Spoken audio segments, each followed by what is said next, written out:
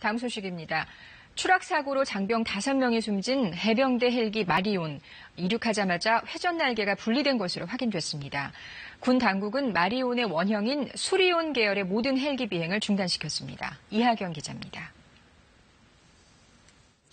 네, 먼저 사고 원인 관련 부분인데요. 사고 당시 CCTV 화면을 보시면 이번 사고 원인을 어느 정도는 추론해 볼 수 있습니다. 이 화면 같이 보시고 전문가 분석 들어보겠습니다. 이 보시면은요, 이륙하던 헬기에서 이 회전 날개가 떨어져 나갑니다. 그리고 나서 보시면 이 주 회전 날개에서 본체가 분리가 되면서 이렇게 추락을 했습니다.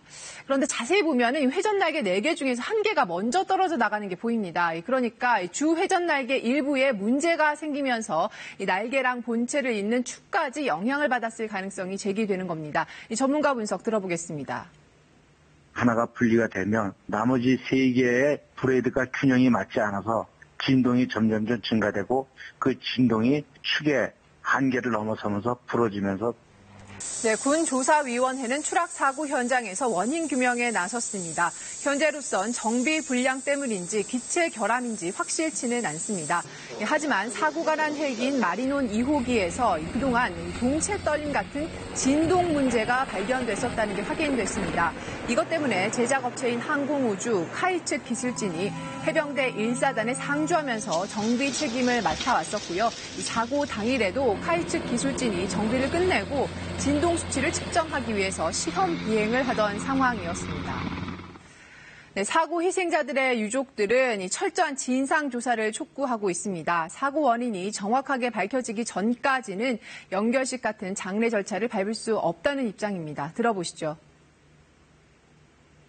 바로 6개월만 지나면 전역을 할 아이였습니다. 그런데 이런 어처구니 없는 사건으로 주검이 되어서 돌아왔습니다. 우리가 바라는 것은 진실이 규명되고 책임 소재가 밝혀지고 네, 해병대 측은 숨진 장병 5명에 대해서 1계급 특진을 추서하고 사고 수습에 최선을 다하겠다고 밝혔습니다. 이 사고가 난 마리논이란 헬기는 우리 군의 첫 국산 헬기인 수리온을 해병대용으로 개량을 한 겁니다. 6년간의 개발 기간을 거쳐서 2012년부터 실전 배치됐는데요. 이번 참사로 이 수리온 계열의 헬기도 운항이 모두 중단된 상태입니다. 그만큼 우리 항공산업 전체에 준 충격도 클 수밖에 없습니다.